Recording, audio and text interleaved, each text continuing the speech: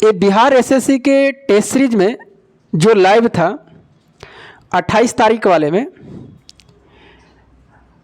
आप लोग अटेम्प्ट किए होंगे, और अगर नहीं अटेम्प्ट किए हैं इसका मतलब है कि आप लोग एक्टिव नहीं हैं फिर एग्ज़ाम के प्रति। और अगर अटेम्प्ट किए हैं तो आपके कितने मार्क्स बने हैं आप कमेंट कर सकते हैं। मेरा तो मार्क्स आपको थंबनेल पर देख ही लिए होंगे। और इसमें मैथ की बात करें, क्योंकि इस वीडियो में पूरी मैथ आपको सॉल्यूशन देने वाला हूँ। और इसमें दो मैथ ऐसे हैं, एक मैथ आपको ये दिखाई दे रहे हैं जो आपको एलिगेशन के हैं। आप कहीं से भी एलिगेशन पढ़े होंगे, किसी भी टीचर से पढ़े होंगे। अगर इस सवाल को आप बना देते हैं इसका मतलब है कि आपका मैथ का, रीजनिंग का, इस सब का फिर सोचने का और बनाने का आपका माइंड पूरी तरह से रेडी है, तैयार है। फिर आप बस मेहनत करते चलिएगा, कहीं ना कहीं आपको जॉब लग जाएंगे। क्योंकि ये आसान प्रश्न नहीं है, और ये प्रश्न मुश्किल अगर 100 बच्चे को बैठाया जाए तो मात्र 10 या 5 जवाब देंगे, 95% फेल कर जाएंगे। और एक प्रश्न और है जो आपका प्रॉफिट एंड लॉस का है, वो भी आपको दिखाई दे रहा होगा। ये दोनों प्रश्न बहुत ही अच्छे हैं अपने आप में। अच्छे कहने का मतलब सारे प्रश्न ठीक होते हैं, लेकिन इनका लेवल क्या है, अच्छी है। तो चलिए पहले इसी प्रश्न से मैं आपको सोल्व कराता हूँ, जो आपका प्रॉफिट एंड लॉस का है। और जो आपका एलिगेशन का है वो कहीं ना कहीं वीडियो में या तो बीच में मिलेगा या तो लास्ट में रहेगा, लेकिन इसी वीडियो में रहेगा। प्रश्न कह रहा है कि एक खुदरा विक्रेता एक थोक व्यापारी से 60 पेंसिल, और अगर आप बनाए हैं, बनाने का मतलब ये मत नहीं है कि उसको अब एलिगेशन के वो सवाल है तो आप बना रहे हैं उसको 5 मिनट 10 मिनट बैठ के 2 गो 3 गो बैठ करके पूरा मंथन कर रहे हैं। आपको बनाना है, चाहे जैसे बनाइए, कॉन्सेप्ट से बनाइए, ट्रिक से बनाइए, ऑप्शन से बनाइए, लेकिन 1 मिनट से कम बनना चाहिए। ऐसा होता है तो आप हमें जो आप कैलकुलेशन करते हैं वो भी आप करिएगा कि आप किस तरह से बनाए हैं। मैं समझ जाऊंगा कि हाँ ये 1 मिनट में प्रश्न आप बनाए हैं। तो आप कमेंट भी कर सकते हैं, उसको मैं इधर से रिप्लाई दे दूंगा। अब चलिए शुरू करते हैं। करा एक खुदरा विक्रेता एक थोक व्यापारी से 60 पेंसिल अंकित मूल्य पर 75 पेंसिल खरीदता है। यदि वह इन पेंसिलों को 6% की छूट पर बेचता है तो उसका लाभ प्रतिशत क्या है। बहुत ही अच्छे सवाल है। कहने का मतलब हुआ कि जो 60 पेंसिल का जो अंकित मूल्य था, ये 60 पेंसिल का जो अंकित मूल्य कह रहा, जरा प्रश्न को गौर से समझिएगा।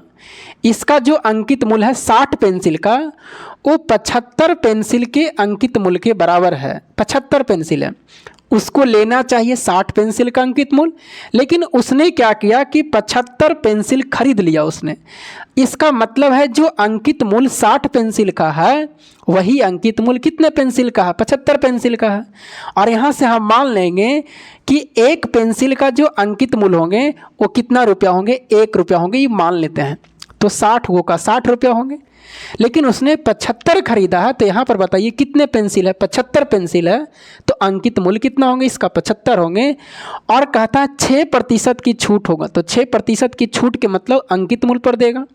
अब ए अंकित मूल्य तो आपको होगा नहीं, क्योंकि ए अंकित मूल्य था, लेकिन इसके बदले में 75 को दे रहा है। बात समझ में आ रही। अब लैंग्वेज जैसे प्रश्न कहा उसी तरीके से ना आपको समझना पड़ेगा। अब कोई मान लिया जाए कि 5 रुपया में 15 को कोई चीज़ें बेच रही है, कोई 5 रुपया में 5 को बेच रही है, तो अलग अलग अपना क्या व्यापार करने का तरीका है। इसने कह दिया है कि 60 पेंसिल का जो भी मेरा अंकित मूल्य होगा वो 75 गो के बराबर होगा, और इसी पर उसने बेचता है। ये कह दिया है प्रश्न, खरीदता है मतलब वो खरीदता है। तो अब इसको जो 60 पेंसिल है, अब ये अंकित मूल्य नहीं है, अब ये 60 आपका क्या हो जाएगा, क्रय मूल्य हो जाएगा, और अंकित मूल्य जो होगा ये 75 होगा। 6% की अगर छूट देगा तो बताइए 75 का 6% निकालिएगा तो कितना होगा, 6 पचे 30, 6 सते 42 और 3 कितना 45, मतलब 4.5 रुपया।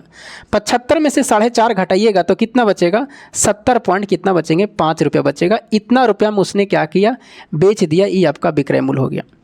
क्रय मूल्य आपको कितने रुपये हैं, 60 रुपया। अगर यहाँ से हम लाभ देखें तो बताइए लाभ कितने रुपया का हो रहा, तो कहिएगा लाभ जो हो रहा 10.5 रुपया का हो रहा। आपसे पूछा गया कि बताइए प्रतिशत लाभ कितना होगा, तो प्रतिशत लाभ बराबर होते हैं लाभ गुने 100 और बटा क्रय मूल्य। क्रय मूल्य कितना है, 60 रुपया। बस इसी को काट छाट करेंगे, आंसर आ जाएगा।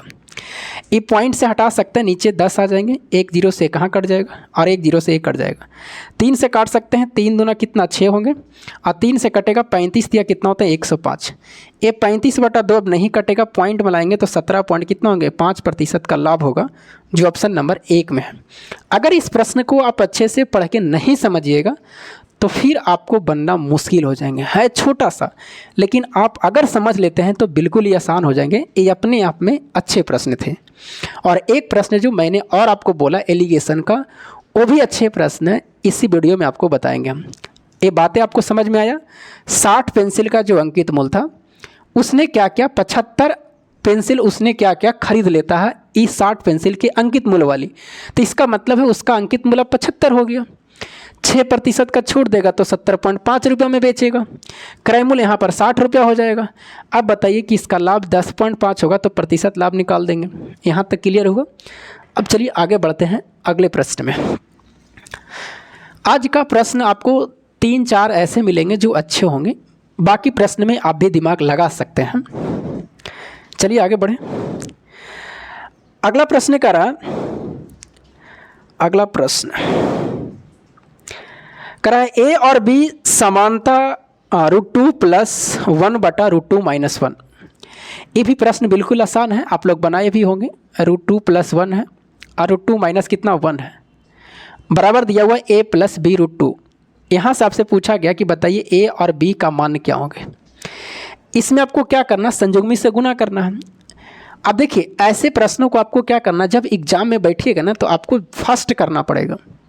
हम तो यहाँ आपको समझा रहे हैं ना, तो संयुग्मी से गुना करेंगे तो जो माइनस होते हैं रूट में, जो नीचे जो होते हैं माइनस में होते हैं, वो चिन्ह चेंज हो जाता है ऊपर जाके, यानी √2 + 1 और बटा √2 - 1 है। अगर संयुग्मी से गुना करेंगे तो नीचे वाला का चिन्ह चेंज हो जाता है, √2 + 1 और जो चीज़ें ऊपर लिखे हैं वही चीज़ का नीचे। a + b का होल स्क्वायर हो जाएगा, लिख दीजिए डायरेक्ट a² + b² + 2ab।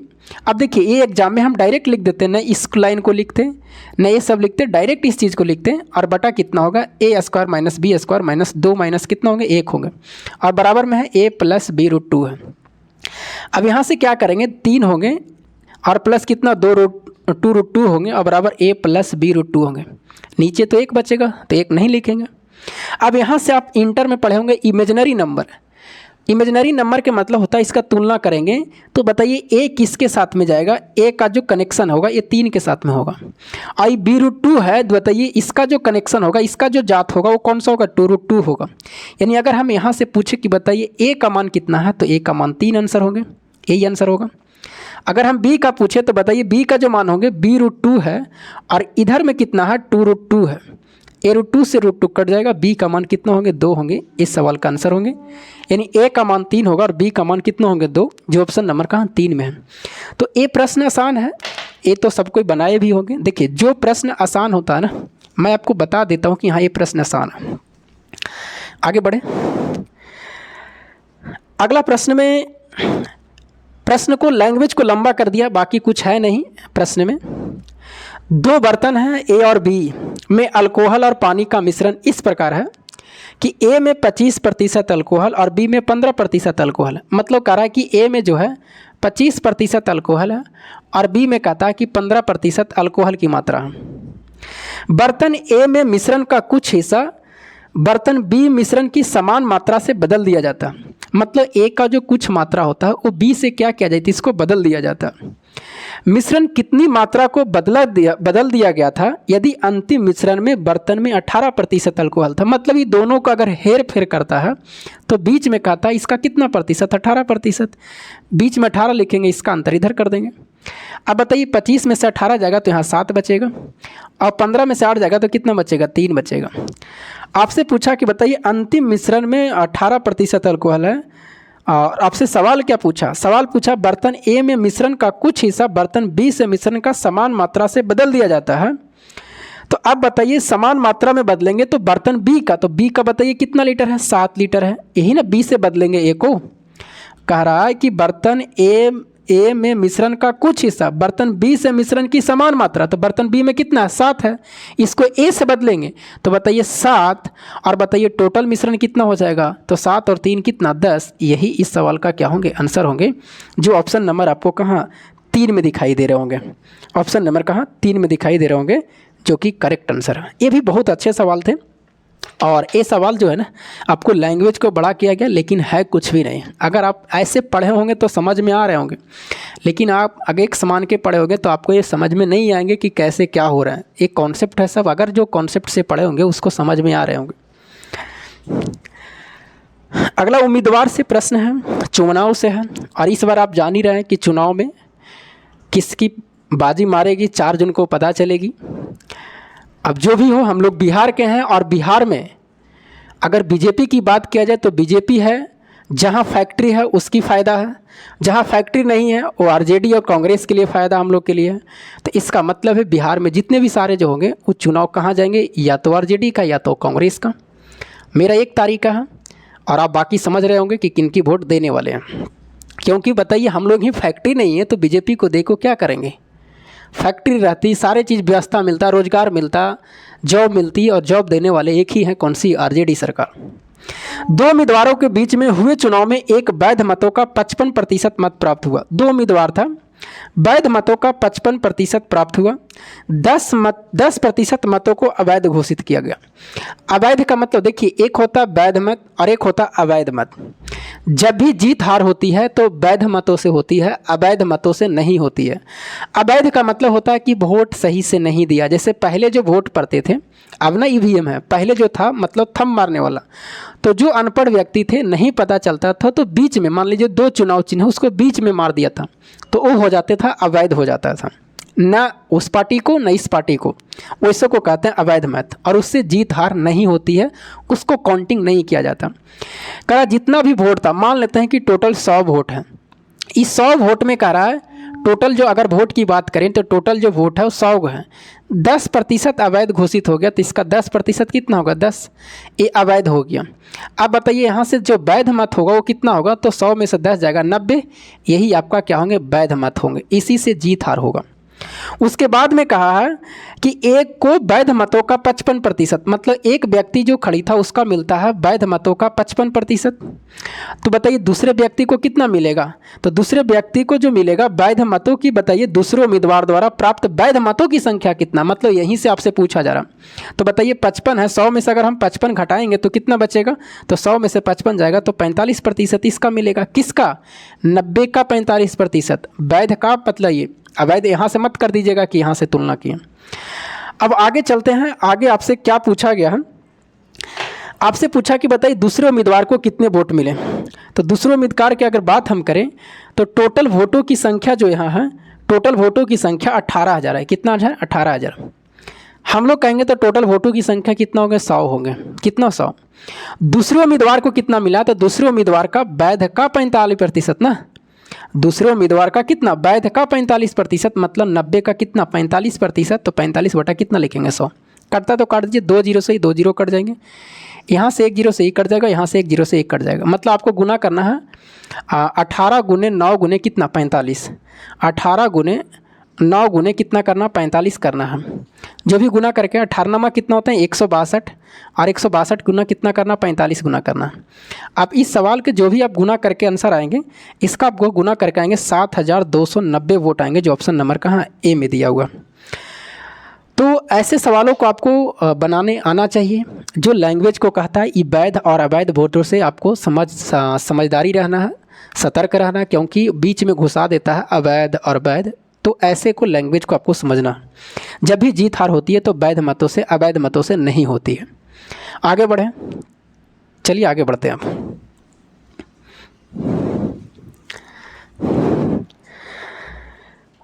आगे करा, देखिए अगला जो है प्रश्न करा, एक 2 अंकों की संख्या इस प्रकार है कि संख्या और इसके अंकों को क्रम पर उलटकर करने वाली संख्या का योगफल 55 है।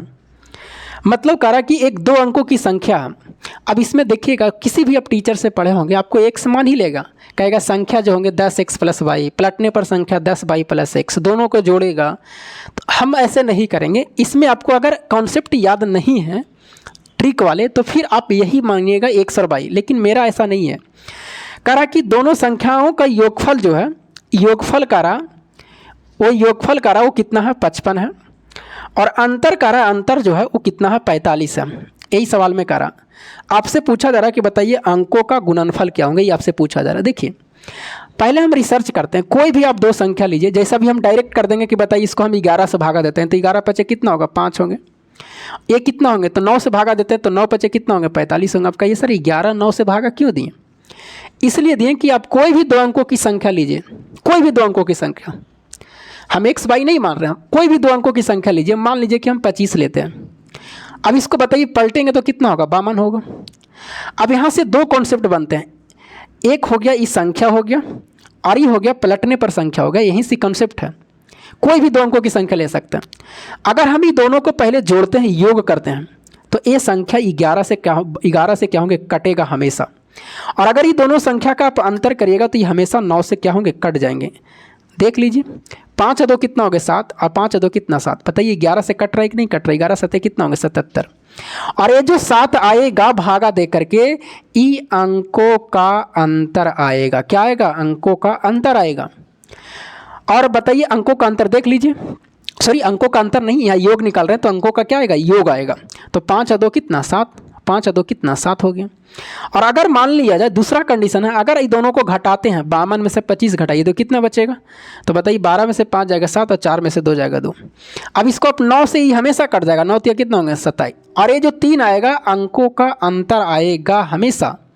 तो बताइए अब 5 में से 2 जाएगा, 3 आ रहा है कि नहीं आ रहा? इसीलिए हम यहाँ से भागा दे दी। अगर ये कॉन्सेप्ट पता नहीं रहेगा आपको, कोई भी आप दो अंकों की संख्या ले लीजिए, आपको कॉन्सेप्ट याद रखना है कि कोई भी दो अंकों की संख्या रहेगा और उसको अगर पलटते हैं और दोनों संख्या को जोड़ते हैं तो हमेशा 11 से कट जाएगा। और 11 से जो भाग दे करके भागफल आएगा वो अंकों का योग आएगा।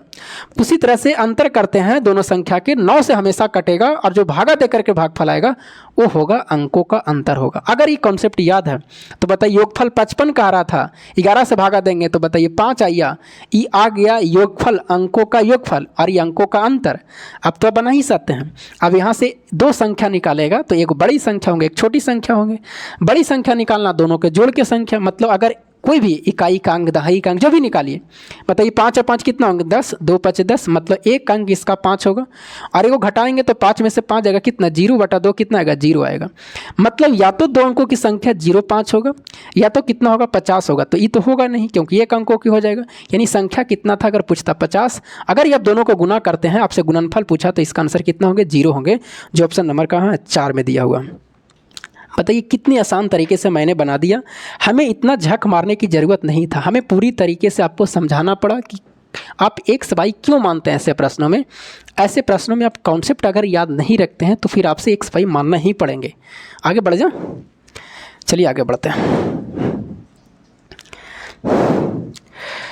अगला है फलों के प्रत्येक 3 अन्य प्रकारों में 5 स्ट्रॉबेरी है, 4 सेब है, 3 संतरे हैं। प्रत्येक प्रकार के फल को चुनने की तरीकों की संख्या क्या? एक कॉम्बिनेशन का सवाल है तो आपको कुछ नहीं करना है, एक फल हमेशा चुनना है। तो 5 गो स्ट्रॉबेरी में से तो 5 C1, फिर बताइए 4 C1 और उसके बाद में कितना 3 C1। और आपसे पूछा गया कि बताइए चुनने की तरीकों की संख्या, तीनों को गुना कर दीजिए। 5 C1 का इसका फैक्टोरियल निकालिएगा तो डायरेक्ट 5 आएगा, 4 C1 का निकालिएगा तो 4 ही होगा, 3 C1 का निकालिएगा 3 होगा, 5 होगा 20 दिया कितना होंगे 60। यानी इसको चुनने के कितने तरीके होंगे 60 तरीके होंगे।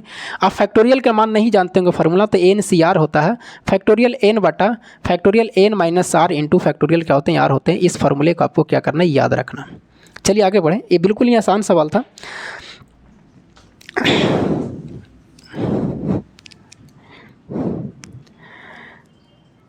आगे करा कि एक व्यापारी 50 रुपये, 20 रुपये और 30 रुपया प्रति किलो के वाली मूंगफली के 3 किस्मों का उनके वजन 2:4:3 के अनुपात में मिलाता है। मतलब कि एक जो वजन का मूंगफली है वो 2:4:3 के अनुपात में मात्रा है। और इसका जो पैसा का रहा है 50 रुपये है, ये 30 रुपये है, सॉरी 20 रुपये है, और ये कितने रुपये है 30 रुपये है, अनुपात में मिलाता है और मिश्रण को 33 रुपये प्रति के हिसाब से बेचता है। एक खरीदा गया है, मतलब एक क्रय मूल्य है, और इसको मिला करके कहता है कि हम बेचेंगे जो 33 रुपये प्रति किलो के हिसाब से बेचेंगे, ये आपको विक्रय मूल्य का रहा। अब बताइए यहाँ से मिलाएंगे तो 4 और 3 7 और 2 कितना 9 kg हो जाएगा, यही ना होगा? तो कहिएगा बिल्कुल सर। वह कितने प्रतिशत का लाभ कमाता है, आपसे पूछा गया। अच्छा बताइए 50 रुपये वाले कितना kg 2 kg, तो यहाँ से 100 रुपया प्राप्त होगा क्रय मूल्य। यहाँ से कितना रुपया 80 रुपया, यहाँ से कितना रुपया 90 रुपया। अगर यहाँ से बेचा है कितना में, तो 9 से गुना करेंगे तो 9 तिया 27 और 9 तिया 27 दो कितना 29, यानी 297 में बेचा है। और अगर ये तीनों को जोड़ते हैं तो हमें क्रय मूल्य निकलेगा, ये 0 होंगे, 9 8 17 होंगे और एक कितना होंगे 2 होंगे। 270 में खरीदा है, 297 में बेचा है, कितने रुपया के लाभ हुआ है 27 रुपया का क्या हुआ लाभ हुआ है। आपसे पूछा प्रतिशत लाभ बराबर, तो प्रतिशत लाभ बराबर क्या होते हैं लाभ गुने 100, लाभ 27 का गुने 100 और बटा क्रय मूल्य कितना 270। यहाँ से अब डायरेक्ट भी हम निकाल सकते थे, हमें पता चल रहा है कि 10% इसका आंसर होगा, लेकिन हमें समझाना 1 0 से कट जाएंगे, ये 27 से कट जाएंगे, यानी 10% क्या होंगे आंसर होंगे। आगे बढ़ें, हम ये सब कैलकुलेशन नहीं लिखते, हम क्या करते हैं कि डायरेक्ट प्रश्न को देखते हैं वहाँ स्क्रीन पर और डायरेक्ट इस चीज़ को निकालते हैं, तो हमें ये चीज़ प्राप्त हो जाता और डायरेक्ट 33 से गुना करके 297 आके घटाते वहाँ से प्रतिशत लाभ निकाल देते। तो शॉर्ट करने के भी अपने तरीके हैं, कैलकुलेशन आपको क्या करना पड़ेगा, कलम का कम यूज करना है, माइंड का ज़्यादा प्रयोग करना। आगे बढ़ें, कहिएगा बिल्कुल सर आगे बढ़िए। चलिए आगे बढ़ते हैं।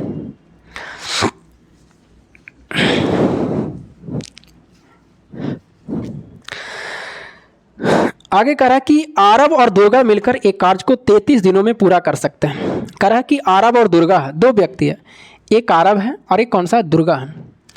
एक कह रहा 33 दिनों में पूरा कर सकते हैं, दोनों मिल करके ए और डी अगर मिलता आरव और दुर्गा तो 33 दिनों में काम को समाप्त करता। उन्होंने 15 दिनों तक एक साथ कार्य किया, 15 दिनों तक एक साथ मिल करके काम करता। उसके बाद में कहा कि फिर आरव ने कार्य छोड़ दिया, दुर्गा अकेले शेष कार्य को 30 दिनों में समाप्त करता। उसके बाद में सिर्फ दुर्गा काम करती है, ये दुर्गा जो है शेष काम को कितने दिनों में काम समाप्त करती है 30 दिनों में समाप्त करती है।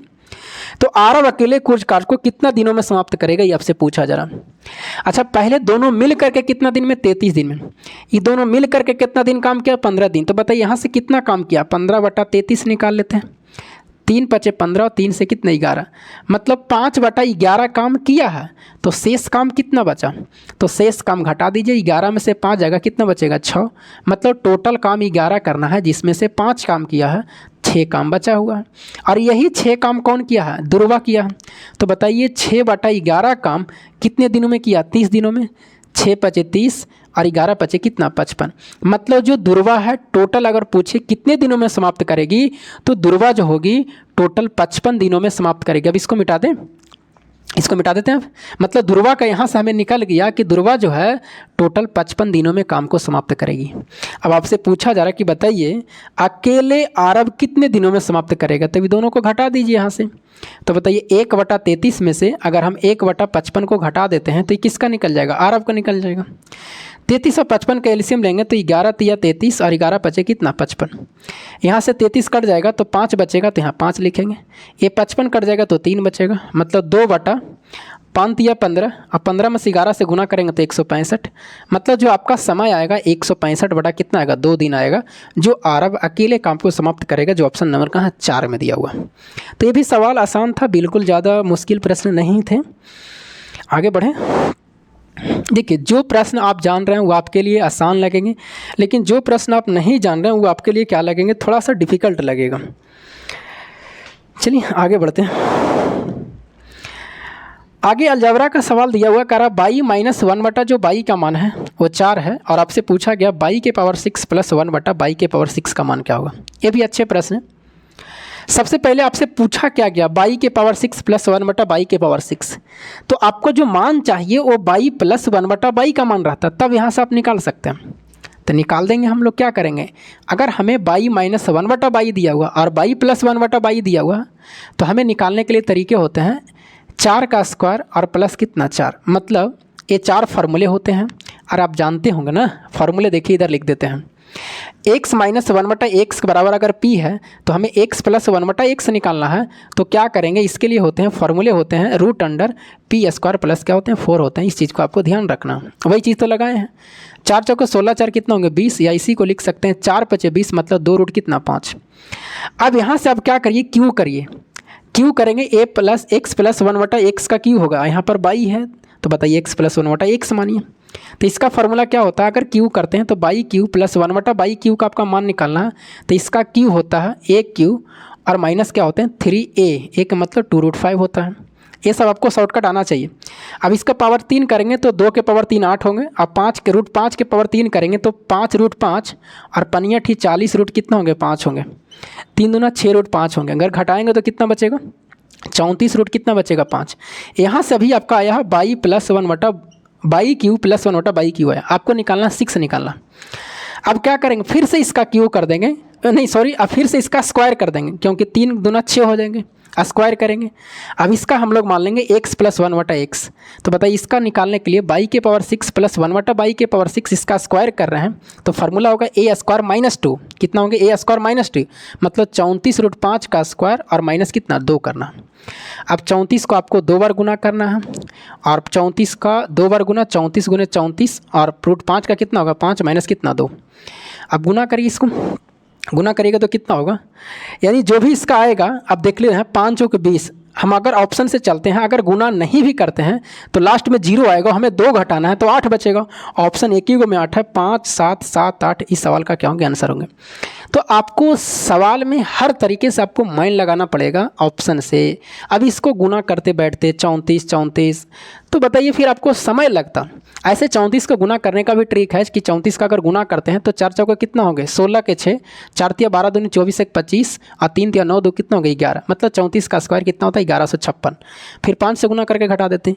लेकिन हमें इतना क्यों करना, हमें माइंड को एक्टिव रखना देखना है भी। ऑप्शन में भी देखते हैं कि अगर इसको गुना करेंगे लास्ट में 0 आएगा, 2 माइनस करेंगे तो लास्ट में जो यूनिट डिजिट होगा वो 8 आएगा और ऑप्शन में एक ही हुआ है, टिक कर देंगे। आगे बढ़ें, चलिए आगे बढ़ते हैं। और ये सवाल जो है ना वही बच्चे शॉर्टकट बनाएंगे जो शॉर्टकट फार्मूले को बिल्कुल याद रखे हुए फार्मूले की तरह से, तभी बच्चे शॉर्टकट कर सकते हैं। नहीं तो फिर आपको डिटेल से करना ही पड़ेगा। अगर हम बनाते तो मुश्किल से 10 से 15 सेकेंड लगते हैं, इतना से ज़्यादा नहीं लगते। चलिए आगे बढ़ते हैं। हाँ, अब उस सवाल को बनाते हैं जो सवाल आपको पहले हम बोले थे कि उस सवाल को आप बना के देखिएगा, एलिगेशन के बहुत ही अच्छे हैं। करा 144 लीटर गुलाब जल को, करा कि गुलाब जो जल है वो गुलाब जल कितना है 144 लीटर है। उसके बाद में 48 लीटर ग्लिसरीन है और ग्लिसरीन कितना है, तो ग्लिसरीन जो है वो आपको 48 लीटर है। मिलाया जाता है, ये दोनों को मिलाया जाता है। अच्छा, ये दोनों को मिलाएंगे तो मिश्रण कितना बनेगा 8 और 4 12, 4 4 8 1 9 और ये कितना 192 लीटर का मिश्रण बनेगा। अगर ये दोनों को मिलाएंगे 144 लीटर गुलाब जल ग्लिसरीन 48 तो 192 लीटर का मिश्रण बनाएगा। इस मिश्रण का कुल डी लीटर निकाल लिया जाता है। अब इसमें से जो भी था उसमें से कहता है डी लीटर को माइनस कर लीजिए इसमें से। अब कितना लीटर निकाला वो हमसे नहीं पता, लेकिन डी लीटर निकाला जाता है। और फिर 32 लीटर ग्लिसरीन, उसके बाद में कहता कि 32 लीटर ग्लिसरीन और 48 लीटर गुलाब जल क्या क्या मिलाया जाता है। तो निकाले गए मिश्रण की मात्रा ज्ञात करें, मतलब जो डी लीटर निकला था यही आपसे पूछा जा रहा है। और अंतिम संयोजन में 30% ग्लिसरीन रहता है। यहाँ जो ग्लिसरीन की मात्रा वो कितना प्रतिशत है 30%।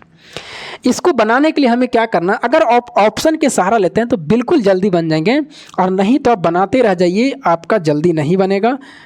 32 और कितना 24 लेते हैं सी में और डी में कितना 40 लीटर है। ज़्यादा समय नहीं लगेगा, बिल्कुल आसान से बन जाएगा। पहले क्या कहा था कि 144 लीटर गुलाब जल है, 38 लीटर ग्लिसरीन है, ये दोनों के मिश्रण को मिलाएंगे 192 लीटर। इसमें से डी लीटर मिश्रण निकाला गया है। उसके बाद में 32 लीटर ग्लिसरीन 48 लीटर गुलाब जल मिलाने के बाद में 30% ग्लिसरीन होता है। तो आपसे पूछा गया कि बताइए कितने लीटर जो मिश्रण निकाला गया था, जो डी का मान पूछा जा रहा है। ये ऑप्शन दिया हुआ। मान लेते हैं कि हमें ये 10 लीटर निकाला गया तो 192 में से 10 जाएगा तो कितना बचेगा, मान लेते हैं तो कितना जाएगा 2, 182 लीटर बचेगा। अब बताइए इसका 2 उपयोग करना पड़ेगा, इसका रेशियो निकाल सकते हैं क्योंकि 144 लीटर गुलाब जल ग्लिसरीन 48 है। तो बताइए 48 दिया कितना होंगे 3:1 हो गए। यहाँ से हमको 2 फायदा उठाना पड़ेगा, एक तो आपको जोड़ना पड़ेगा, एक आपको रेशियो भी निकालना पड़ेगा। और आप जानते हैं कि अगर मिश्रण में से मिश्रण निकाल लिया जाता है तो उसमें अनुपात में कोई चेंजिंग नहीं होते हैं। ये कॉन्सेप्ट पढ़े हैं। तो यहाँ से 3:1 था तो यहाँ से भी कितना होगा 3:1 ही होगा।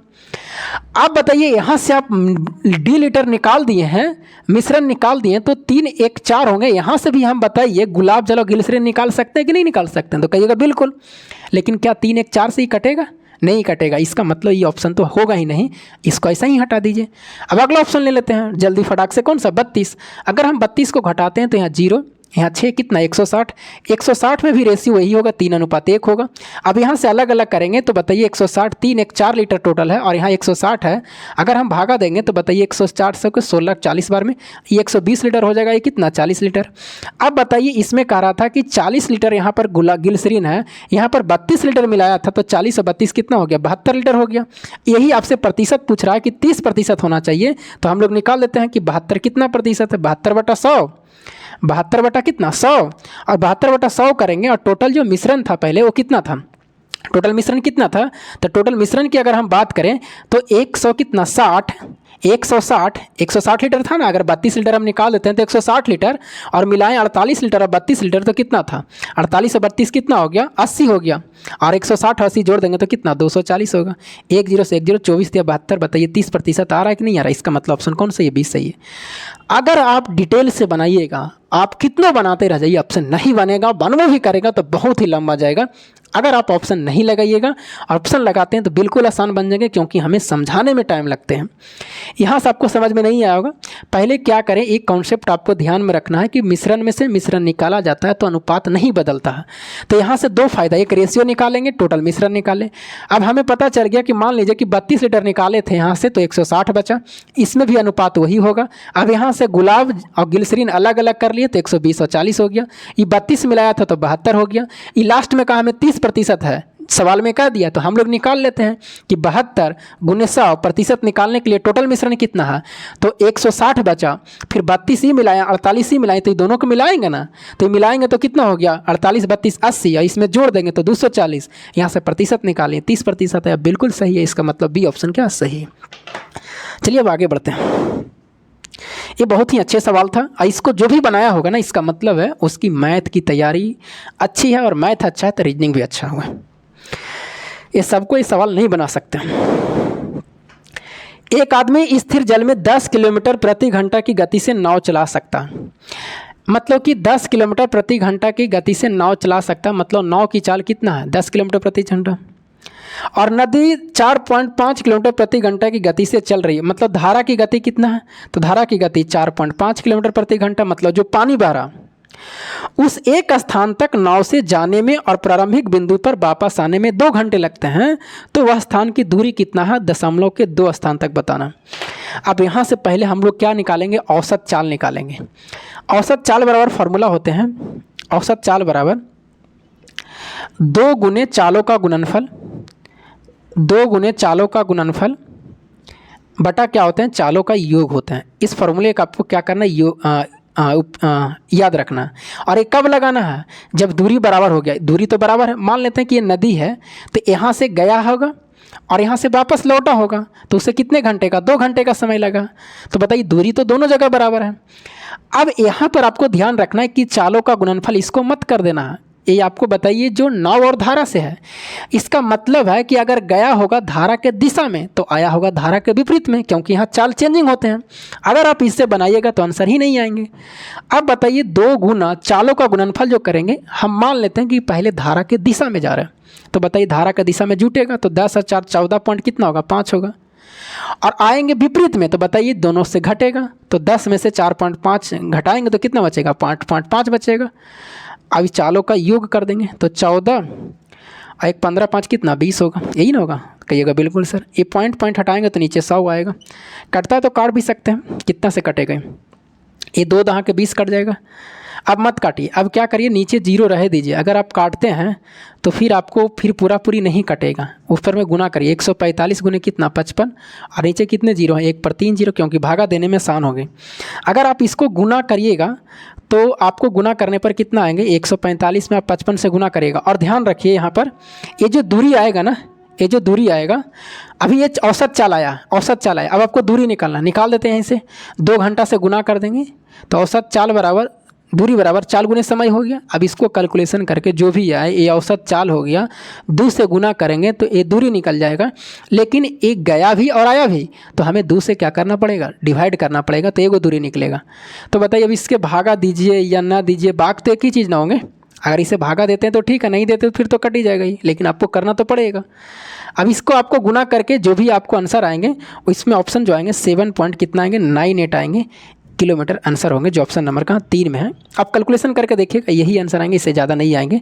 गुना करने में ज़्यादा कोई टाइम नहीं लगेगा। देखिए हम 5 से गुना कर देते हैं पहले। 5 5 25, 5 चौके 20 और 2 22, और 5 और 2 कितना 7। उसके बाद में 11 से गुना करना, 5 5 और 2 7, 7 और 2 9 और कितना 7। 3 अंक के बाद पॉइंट बैठाएंगे, 7.97, 7.97, 98 है ना, ये 8 हो जाएगा। तो आपको गुना करने में ज़्यादा समय नहीं लगता है। आप गुना अगर मान लीजिए ट्रिक याद है तो हम कर देते हैं। पहले 5 से गुना कर लिए, 11 से गुना करने का ट्रिक जानते हैं। तो ये सब आपको आना चाहिए, फटाक से गुना करने के लिए सोचते नहीं रहना है। हम गुना इसलिए कर देते हैं कि आपको लोग विश्वास नहीं होगा कि आप मास्टर गलती बनाए हैं। चलिए आगे बढ़ते हैं।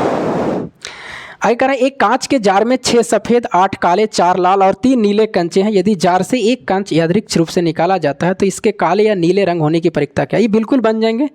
काले या नीले तो 8 3 11 और टोटल जोड़ दीजिएगा तो 21, 11/21 आंसर होंगे। प्रोबेबिलिटी आप पढ़े होंगे, परिकता बराबर NE/NS करके ये बन जाएंगे, इसमें कोई जान नहीं है। हाँ, अगला सवाल कर रहा है कि a प्लस जो b का मान है वो कितना है? 16 है, और AQ प्लस BQ का जो मान दिया हुआ है वो 1456 है। आपसे पूछा जा रहा है कि बताइए AB का मान क्या है। अब इसमें जो आपको माइंड नहीं लगाएगा वो बनाते रह जाएगा, लेकिन उससे आंसर नहीं आएगा जल्दी, और कैलकुलेशन भी उससे क्या चल जाएगा, लंबा चल जाएगा। आप बना के देखिए। अगर आप माइंड नहीं लगाते हैं, वहाँ दिमाग नहीं लगाते हैं, आपको ऑप्शन टिक करना थोड़ी देख रहा है कि आप कैसे बनाएं।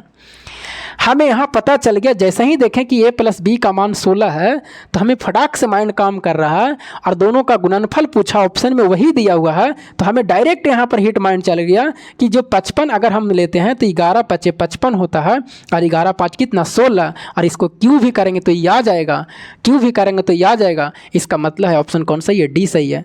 और नहीं तो AQ प्लस BQ का फॉर्मूला लगाते रहिए, a plus B into A square minus AB plus B square, फिर a प्लस बी का होल स्क्वायर लगाइएगा, तब जा कर के ये आंसर आएगा। और अगर आप एक्टिव रहते हैं ऑप्शन पर भी तो आपको ज़्यादा समय नहीं लगेगा, देखते के साथ में आपसे बन जाएंगे। आगे बढ़ जाएं। तो जो सवाल को कैसे बनाना है मैं तरीके आपको बता रहा हूँ, आपको ऐसे अप्रोच होना चाहिए। चलिए ये लास्ट सवाल था शायद, हाँ अब सवाल नहीं है। तो जो भी सवाल था मैंने आपको बता दिया, लगभग 12-13 सवाल इस वीडियो में मैंने बताया है, और सारे प्रश्न अच्छे थे। एक प्रश्न और था, वो कहाँ गया? एक प्रश्न था जो आपको किस्त वाले प्रश्न थे, किस्त वाला प्रश्न था,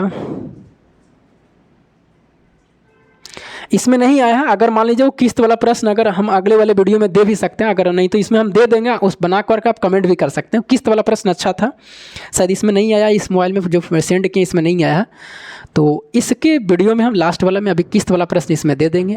आप वीडियो को रोक करके बना करके कमेंट कर सकते हैं। बहुत ही अच्छे प्रश्न था किस्त वाले वो, और नहीं तो फिर अगले वाले वीडियो में किसी न किसी में उसमें हम जोड़ देंगे।